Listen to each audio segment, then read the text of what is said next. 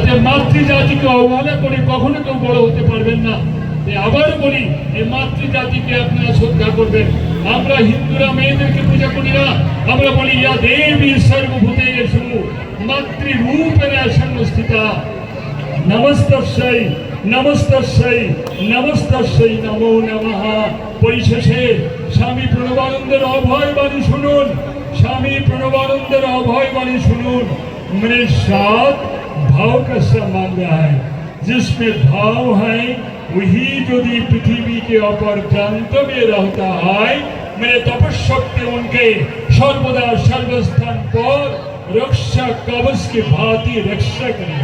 प्रणबानंद जी बोलছেন আমার নাম যদি উচ্চারণ করো, প্রণব নামটা কিন্তু ভগবানের নাম। এই উদ্দেশ্যে আপনাদের স্মরণ করে দিই, রাম যেমন ভগবানের নাম, কৃষ্ণ যেমন ভগবানের নাম, প্রণব শব্দটা কিন্তু ভগবানের নাম। আমি না জেনে বলি নাই, প্রমাণ গীতার সপ্তম অধ্যায় 8 শ্লোকটা খুঁজে দেখুন, প্রণব নামটি ভগবানের নাম কিনা। শ্লোকটা কি?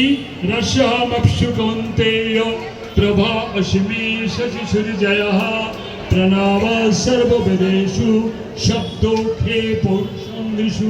ভগবান বলছেন ওই জলের মধ্যে আমি রস, এই জল পান করেও কিন্তু মানুষ কয়েক ঘন্টা বেঁচে থাকতে পারে।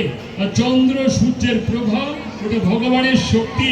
আর প্রণব সর্ববেদেষু, ভগবান গীতায় বলছেন প্রণব নামে আমি সমস্ত বেদের মধ্যে অবস্থান করি।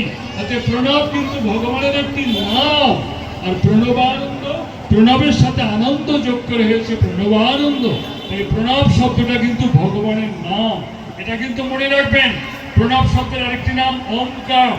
ওমকার সমস্ত হিন্দু ধর্মের বেদ, বেদান্ত, উপনিষদ সব কিছু রিসার্চ করলে একটি শব্দ পাবেন, তার নাম কি? ওমকার। সেটি হচ্ছে প্রণব। ওম, অ উম, অতে অজ অর্থাৎ ব্রহ্মা, উতে উপেন্দ্র বিষ্ণু, আর মতে মহেশ্বর।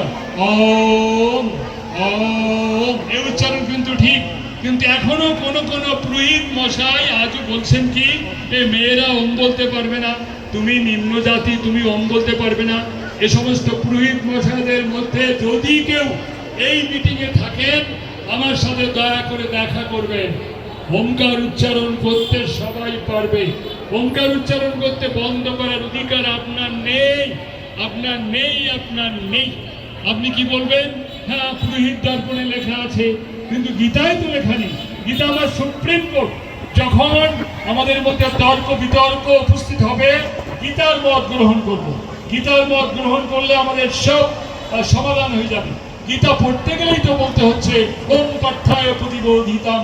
গীতার ধ্যান মন্ত্রে বলা হচ্ছে ওম, তাহলে ওম বলা যাবে না, তাহলে গীতাও তো পড়া যাবে না। অতএব পুরোহিতের এই যুক্তি খাটে না। অতএব কোনো পুরোহিত মশাই দয়া করে এই কথা আর বলবেন না। ওম সবাইকে উচ্চারণ করাবেন। আপনি মেয়ের বিয়ে করাচ্ছেন, লেখা আছে ওম বিষ্ণু, ওম বিষ্ণু, ওম বিষ্ণু, কিন্তু পুরোহিত মশাই বাড়ি এসে আপনাকে পড়াচ্ছে, বলে নম বিষ্ণু, নম বিষ্ণু, নম বিষ্ণু। কেন পুরোহিত মশাই?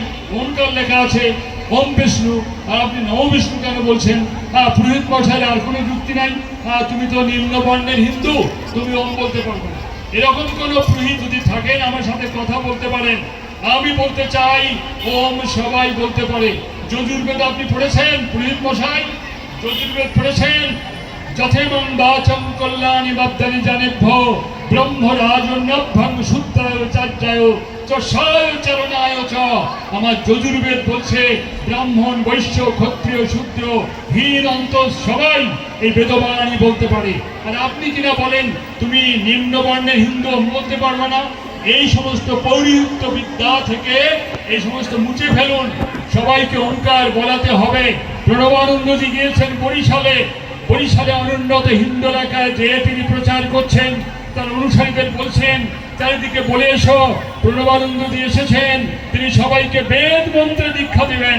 বরিশালে যে প্রণবানন্দজি বলছেন তুমি প্রচার করো, সন্ন্যাসীরা প্রচার করো, বলো প্রণবানন্দজি এসেছেন, সবাইকে বেদ মন্ত্রে দীক্ষা দিবেন।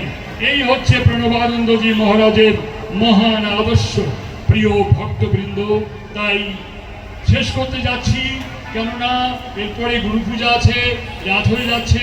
আবার নওগাঁ থেকে একটা বাস করে লোকেরা এসেছে, ভক্তরা এসেছে, তাদের আবার ফিরে যেতে হবে নওগাঁয়। অতএব আমি সংক্ষেপ করছি, আমি আবারও ধন্যবাদ জানাচ্ছি।